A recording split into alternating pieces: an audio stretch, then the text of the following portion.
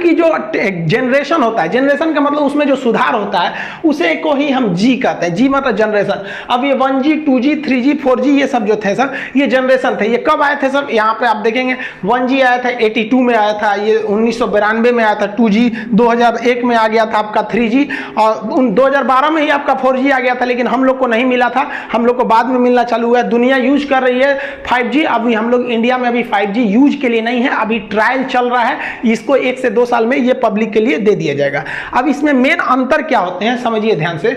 1G जो mobile था उसकी स्पीड बहुत कम थी, लगभग 24 KB का था। सोचिए एक इमेज अच्छा से नहीं भेज पाएंगे वहां पे। और इसकी मोबाइल जो थी वो उसमें एक तो एंटीना निकला रहता था बहुत बड़ा साइज का, और इसकी सबसे बड़ी खराबी क्या थी, स्पीड कम था, और इससे आप मैसेज नहीं कर सकते हैं, केवल कॉल करेंगे। अतः हम ये कह सकते हैं कि जो 1G टेक्नोलॉजी था वो डिजिटल कुछ लिख नहीं सकता था, ये केवल एनालॉग सिग्नल भेजता था और कॉल कर सकता था।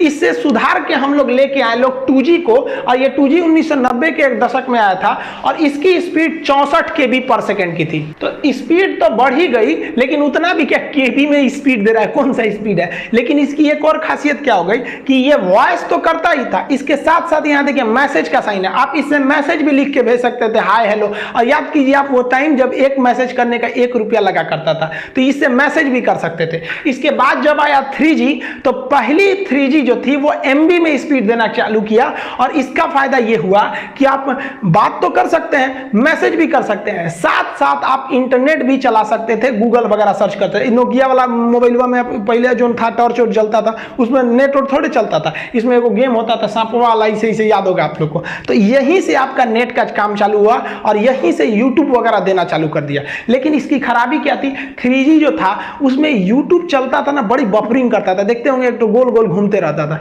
जिस वजह से इसमें 3.5 लाया गया, 3.7 लाया गया। तो मतलब इसी से थोड़ा थोड़ा और सुधारा गया ताकि उसमें बफरिंग कम हो सके। 3G में ये सब मोबाइल वगैरह आने लगे सब, जिसको आप मल्टीमीडिया मोबाइल कहते थे, 3G के उसमें आ गए। अब उसके बाद जब मेन लॉन्च हुआ 2009-10 के पास आपका 4G का जो मेन प्रोटोकॉल चालू हुआ, तब इसमें क्या हुआ, 100 Mbps का स्पीड आपको मिलना चालू हो गया, और यहीं से आप वीडियो कॉलिंग चालू किए थे। इधर आपका वीडियो कॉलिंग, आपका जो वो मल्टीमीडिया मोबाइल था उसमें वीडियो कॉलिंग नहीं किए होंगे, तो ये फैसिलिटी दे दिया 4G आपको वीडियो कॉलिंग का। आज जितना भी मोबाइल वगैरह देख रहे हैं लोग वो 4G है, कई तो 5G भी मोबाइलें आ गई हैं, हालांकि 5G बहुत जल्दी हम लोग को सर्विस मिलेगा। अब आने वाला है 5G इंडिया में बहुत जल्दी। इसकी खासियत क्या होगी, ये सेम 4G की तरह होगा, लेकिन उससे स्पीड ज्यादा होगा और एडवांस ज्यादा होगा।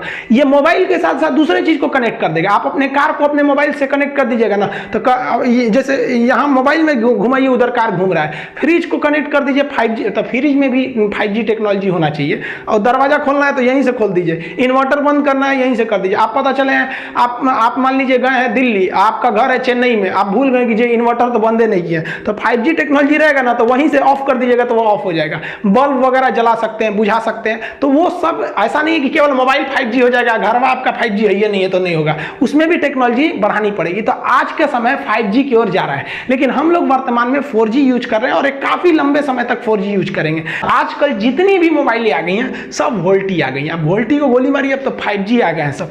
और एक और अफवाह उड़ रहा है कि 5G का जो ट्रायल हो रहा है उसके वजह से जान चली जा रही है, एकदम अफवाह है भैया। 5G का ट्रायल महाराष्ट्र और दिल्ली के एरिया में, बहुत छोटे से एरिया में हुआ, वो भी कोविड से पहले हुआ था वो ट्रायल वगैरह, इससे कोई मतलब नहीं है। लेकिन पता है कि सरकार चिल्लाते रह जाए, यहाँ डॉक्टर चिल्लाते रह जाए कि वैक्सीन लीजिए वैक्सीन लीजिए, ये रातों रात नहीं बनता है। लेकिन 5G के ट्रायल की वजह से जान जा रही है, ये ऐसा नहीं है। जो नया वायरस आया है ना, डबल म्यूटेंट है, ये उससे ज्यादा खतरनाक है, इस वजह से ये ज्यादा सीरियस डाल रहा है। तो लोगों को लग रहा है कि इसके वजह से लोगों की जान जा रही है, ऐसा नहीं है। ये पहले वाला जो कोरोना था 7 दिन में फेफड़ों को जितना नुकसान करता था, ये कोरोना 2 दिन में ही उतना ही कर दे रहा है, इस वजह से ज्यादा खतरनाक है। मौका नहीं दे रहा है ये वाला कोरोना, इसको 5G से कोई लेना देना नहीं है।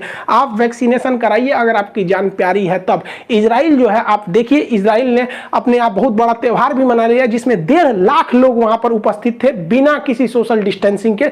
इतने लोग इकट्ठे थे कि भगदड़ में 30 लोग की जान चली गई। कैसे ये पॉसिबल हो गया? हम लोग यहाँ घर में घुस के बैठे, क्योंकि वहां के लोग पढ़े लिखे हैं, वैक्सीन लगवा रहे हैं, वैक्सीन में कोई ऐसा नहीं है। सोचा कुछ जो वैक्सीन के बारे में अफवाह फैला रहे हैं, सोचा को जेल में डाल देना चाहिए। सचुरों को यहाँ पे। अजीब अजीब है सब, अफवाह पे मत जाइए। देखिए बचपन में भी हम लोग को बहुत अफवाह उड़ाया गया था कि मेढक मार दोगे तो कान पक जाता है। कौन सी कान पकेगा? स्कूल जाते थे लोग तो कहते तो पेंसिल का ये जो छिलका होता है इसको दूध में डालो तो रबड़ बन जाता है। मोर के पंख को हम लोग चौक खिलाते थे लोग। अजीब हाल होता है यहाँ पे। कहते बर्तन में खाना मत खाओ जिसमें बनता है, नहीं तो शादी में बारिश होने लगेगी। सूप जो चावल फट कर जाता है आगे मत जाओ, नहीं तो देर से ब्याह होगा या फिर दहेज नहीं मिलेगा। बगुला उड़ के जाएगा तो बगुला बगुला तार दे सोने के तलवार। ये सब क्या था? ये सब अफवाहें थी। तो हम हिंदुस्तानियों को बचपन से ही आदत है कि गुल्लर के फूल पड़ जाता है तो कोई चीज़ खत्म नहीं होता है। तो इस अफवाह पे ध्यान नहीं देना चाहिए। वैक्सीन कारगर है, आप अपनी सुरक्षा के लिए वैक्सीन लगाइए। वैक्सीन पूरी तरह से कारगर है। आई होप आप समझे होंगे। मिलेंगे नेक्स्ट क्लास में।